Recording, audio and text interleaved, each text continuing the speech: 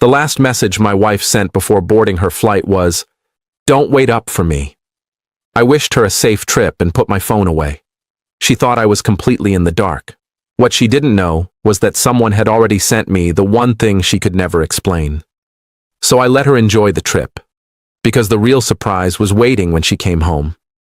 If you've ever had a feeling in your gut that something was off, but you kept telling yourself you were being paranoid, you're going to understand exactly why I sat on this story for 3 weeks before I could even talk about it out loud. My name doesn't matter for this one. What matters is what happened and what I did about it. Before we get into it, if stories like this hit close to home for you, hit that subscribe button, because there's a lot more coming, and I promise you the ending of this one is worth staying for. I'm 39 years old. I work as a project manager for a mid-sized logistics company, the kind of job where you spend your whole day solving other people's problems and somehow still come home with energy left to solve your own. My wife and I had been married for 11 years. We met in our late 20s, got married in our early 30s, and built what I genuinely believed was a solid, ordinary good life. 2 incomes, a modest house with a mortgage we could actually afford, no kids yet because we kept saying next year to each other like it was a running joke. She worked as a regional account manager for a marketing firm, which meant travel. Not constant travel, but enough. A conference here, a client meeting there, maybe 6 or 7 overnight trips a year. For most of our marriage, that never bothered me. I trusted her. I want to be clear about that, because this isn't a story about a jealous husband who was suspicious from day one. This is a story about a husband who trusted his wife completely, right up until the moment the evidence made that trust impossible to hold on to. The shift started small, so small that if you'd asked me at the time, I wouldn't have even called it a shift. It was maybe 8 months before the trip that changed everything. She started taking her phone into the bathroom when she showered, which she said was just because she liked listening to podcasts.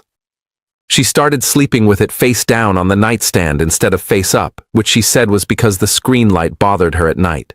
She started staying late at the office 2, sometimes 3 nights a week, which she explained as a new client account that was demanding more of her time. Every single one of these things, on its own, means nothing. I want to say that clearly because I think a lot of us look back and think we should have known sooner, but the truth is, these small changes are designed to look like nothing. That's what makes them work. Around month 5 of this slow shift, the travel started picking up. What used to be 6 or 7 trips a year became almost 1 every month. She said the company had landed a new set of clients in another region, and she'd been put on point for onboarding them, which meant flying out for kickoff meetings, then flying out again for follow-ups. I remember asking her, half joking, if they were going to start giving her a company apartment out there instead of a hotel. She laughed and said, "Don't tempt me. At least then I wouldn't have to pack every week." I laughed too. I didn't think anything of it. That's the part that still gets to me when I think back on it, how easy it was to laugh along with something that was actually a slow-motion confession. Looking back, I can point to a dozen small moments that should have registered differently than they did. There was the night she came home from a team dinner smelling like a cologne that wasn't mine, and when I mentioned it, half joking, she said one of her male coworkers had hugged her goodbye and she must have picked it up off his jacket. There was the weekend she suddenly needed a new suitcase, a nicer one because her old one was falling apart, even though I distinctly remembered buying that suitcase 2 years earlier and it looking perfectly fine the last time I saw it. There was the new habit of taking calls out on the back porch with the sliding door closed, phone pressed to her ear, pacing back and forth in a way she never used to. When I asked who she was talking to, the answer was almost always the same generic name, a work friend, a co-worker, someone from the new client account, always vague enough that following up would have felt paranoid and controlling. I also started noticing changes in how she talked about her job itself. She used to complain about work the way most people do, venting about a difficult client or an unreasonable deadline. Somewhere around that same 5 or 6 month mark, the complaints stopped, and instead she started talking about the job with a kind of energy I hadn't heard from her in years, almost giddy at times, describing new projects and new people in a way that felt disproportionate to what should have been a fairly routine account management role. I remember thinking, at the time, that it was a good thing. I thought she'd finally found something that excited her again after a rough couple of years professionally. I had no framework at that point for imagining that the excitement had nothing to do with the actual job. There were financial patterns too that I only fully understood in hindsight. She started asking me to cover slightly more of our shared expenses than usual, small requests at first. Can you get groceries this week? I'm a little tight until payday. Which wasn't unusual for either of us over the years. We'd always been flexible about who covered what. But the frequency crept up. What used to be an occasional favor became a near-monthly pattern, and at the same time, her personal spending, at least the parts I glimpsed on the shared budgeting app we used for the mortgage, seemed to be climbing rather than shrinking.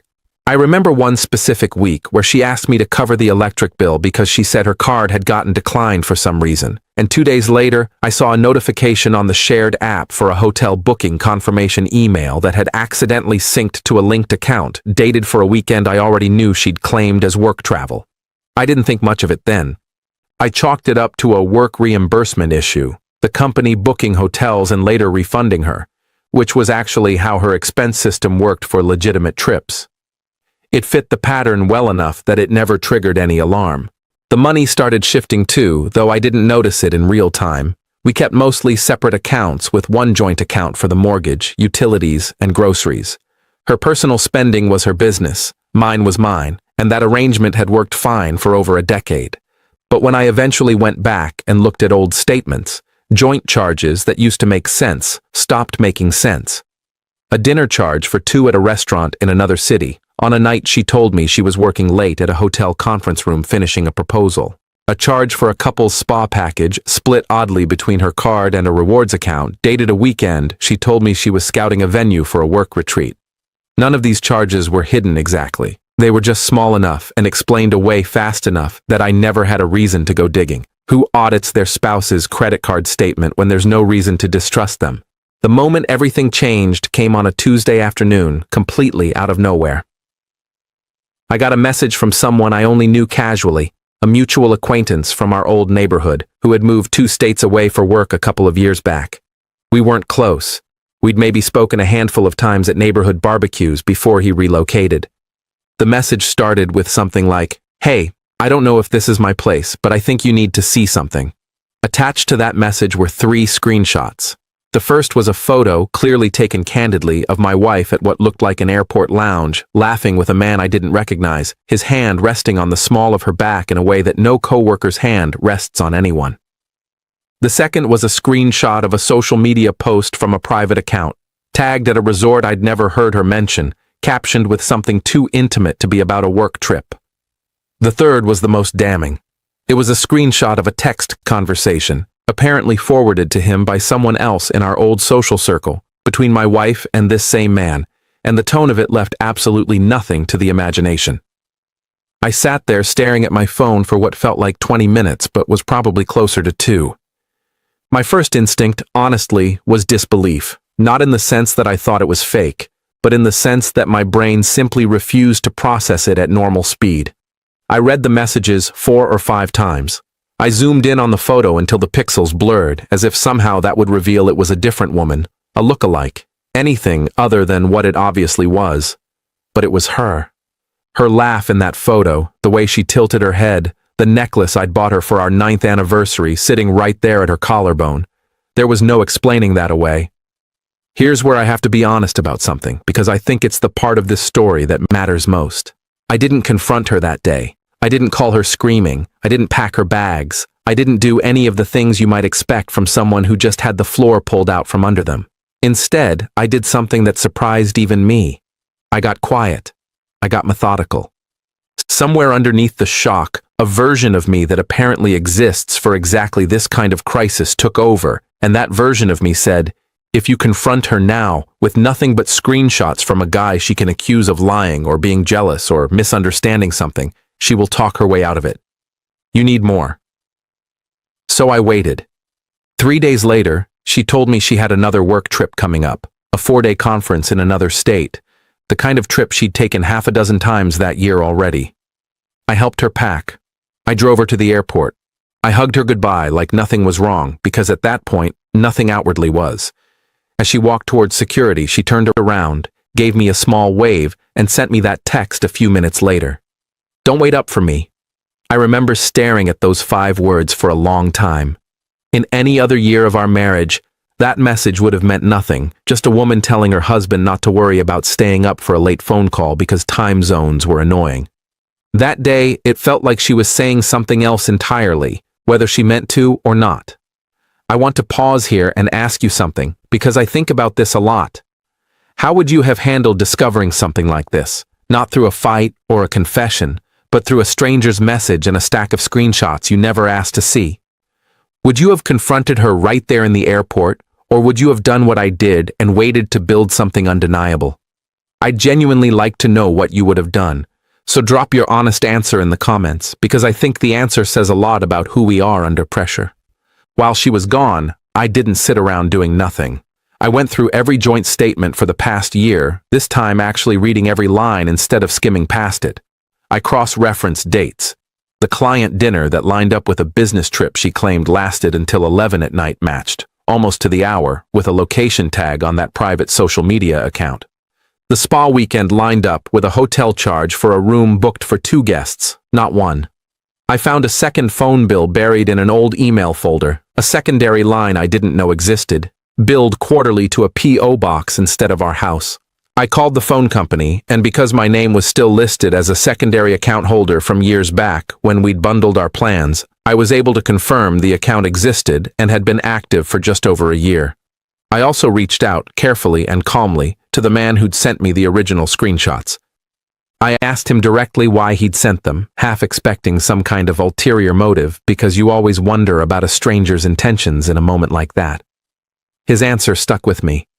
He said, "I almost didn't send it, but my sister went through something similar and nobody told her until it was too late to protect herself financially. I figured you deserved the chance to protect yourself too." That reframed the whole thing for me. This wasn't about revenge anymore. It was about making sure I wasn't the last person to know something that was already affecting my life, my finances, and my future. During those 4 days, I only told one other person what was happening. A close friend I'd known since college, someone steady and level-headed who I trusted not to blow things out of proportion or push me toward some dramatic overreaction. I called him the second night after the kids were asleep at his place, and I laid it all out, the screenshots, the timeline, the second phone bill I'd just discovered that afternoon. He was quiet for a long moment on the other end of the line before he finally said, "Okay. First, I'm sorry. Second, don't do anything until you've talked to a lawyer, even just a consultation. You need to know where you stand before you say a single word to her." It was practical advice, exactly what I needed instead of sympathy, because sympathy wouldn't have helped me build the folder that ended up mattering more than anything else in this entire story. So the next morning, I called a family law attorney, recommended by a coworker who'd gone through a difficult divorce a few years back. I sat in that office and laid the timeline out on the table, the dates, the statements, the screenshots printed on plain paper, because I hadn't trusted myself to keep everything only on my phone. The attorney was calm in the way people are when they've seen this exact situation 100 times before. She told me that in our state, financial discrepancies like the second phone line and the diverted funds could matter significantly in how assets were divided, especially if I could show a clear pattern of concealment rather than just occasional overlap. She told me not to confront my wife until I had everything organized and copied in a location my wife had no access to, because in her experience, the moment people realize they've been caught, some of them panic and start deleting things, transferring money, or worse, trying to rewrite the narrative before the other side even has a chance to speak. That single piece of advice is probably the reason the whole process afterward went as smoothly as it did. I spent that same afternoon setting up a private email account she knew nothing about and forwarding every relevant document to it, then printing physical copies and storing them at my friend's house just in case. It felt excessive at the time, almost paranoid, but the attorney had been clear, and I'd rather have felt paranoid for one afternoon than unprepared for the rest of my life. By the time she landed back home 4 days later, I had a folder, a literal physical folder with printed bank statements, screenshots, the phone bill records, and a timeline I'd built out date by date. I didn't hide it. I set it on the kitchen table before she even walked in the door. She came in tired, dragging her suitcase, dropping her bag by the door the way she always did. "Hey," she said, kissing me on the cheek like it was any other homecoming. God, I'm exhausted. That conference ran us into the ground. I didn't say anything right away. I just gestured toward the table. She looked at the folder, then at me, then back at the folder. What is this? Open it, I said. My voice was steady. I'd practiced staying steady for 4 days. She opened it slowly, and I watched her face change in real time, the color draining out of it, piece by piece, as she flipped through page after page. Where did you even get this? She said, and her voice had already started to shake. Does it matter where I got it? Does anything in there look untrue to you? This isn't what it looks like, she said, and I remember almost laughing because that's always the first line, isn't it? That dinner was a work thing. There were other people there. The photo just caught a weird angle. A weird angle, I repeated. And the hotel room booked for 2 people? Was that a weird angle too? And the second phone line billed to a P.O. box, was that also a work thing? She sat down hard in the kitchen chair, the folder still open in front of her. I don't know what you want me to say. I want you to tell me the truth, just once. That's all I'm asking for. She was quiet for a long moment, staring at the table, and then she said, It happened slowly. It wasn't supposed to turn into what it turned into. I told myself it would stop. How long? About a year. Maybe a little more. A year, I said, and something in my chest that had been tight for 4 days finally just went still, quiet, almost calm. So every trip this year, every single one. Not all of them, she said quickly, like that was supposed to help. Enough of them, I said. You had a second phone, you had a second life. You looked me in the eye every single time you came home, and you let me believe I had a wife who was just busy with work. I never wanted to hurt you, she said, and she was crying now, and I want to be honest, a part of me still felt something for her in that moment, because 11 years doesn't just evaporate. But feeling something for someone and being able to stay married to them are 2 very different things. Who is he? I asked, keeping my voice level even though every part of me wanted it to shake. Does it matter? She said. It does to me. I want to know if this was someone I've met. Someone who sat at our dinner table. No, she said quickly. He's someone from the new client account. It started as work, it really did, and then it became something else and I didn't know how to stop it. You didn't know how to stop it, I repeated slowly. For a year. You opened a second phone line for something you didn't know how to stop. She didn't have an answer for that. She just stared down at the folder again, at the printed bank statement with the P.O. box address circled in red pen, something I'd done almost unconsciously while building the timeline, like part of me needed to physically mark the proof so it couldn't slip away as just a feeling. What happens now? She finally asked, her voice small in a way I'd never heard from her before. Now I stop pretending everything is fine, I said. I've already spoken to someone about how this gets handled. I'm not interested in dragging this out or making it uglier than it has to be. But I'm also not interested in staying married to someone who spent a year building a life I wasn't part of. Can we at least talk about this properly, not like this, not with a folder on the table? We are talking about it properly, I said. This is what proper looks like when the other option was you talking your way around it for another 6 months. I believe that you didn't set out to hurt me, I said, but you did, and you kept doing it for a year, every time you sent me a text telling me not to wait up.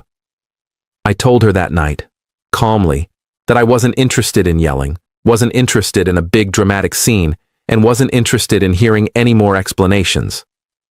I told her I'd already spoken to a lawyer earlier that week, quietly, just to understand my options, and that given the financial discrepancies I'd found, including money moved into that separate account tied to the second phone line, I had every intention of making sure our separation was handled fairly and legally, with documentation, not emotion. She tried a few more times over the following days to explain, to soften it, to ask for a chance to fix things. I told her that trust isn't something you fix after a year of proof it was never really there. The separation process took about 5 months from start to finish. Because I'd kept records, because I had dates and statements and documentation instead of just a gut feeling, the division of assets was straightforward in a way that surprised even my lawyer. There was no room for her to argue about timelines or claim I was exaggerating because everything was right there in black and white. I kept the house. She kept her personal accounts, minus what she'd quietly diverted, which came back to me as part of the settlement once the discrepancy was laid out plainly. It wasn't a bitter, drawn-out war. It was quiet, and it was final, and honestly, that quiet was the most satisfying part of the whole thing. I didn't need a dramatic courtroom moment. I just needed the truth to be undeniable, and once it was, everything else followed logically. It's been a little over a year since the divorce was finalized. I still live in the same house, though I've repainted a few rooms and gotten rid of furniture that reminded me too much of a life I don't have anymore. I talk to that old acquaintance from the neighborhood every once in a while now, and I've told him more than once that he probably has no idea how much that one message changed the trajectory of my life. I think about that text she sent me at the airport sometimes. Don't wait up for me. And I realize now that, in a strange way, I never did. By the time she landed, I'd already stopped waiting for the version of my marriage I thought I had and started building whatever came next instead.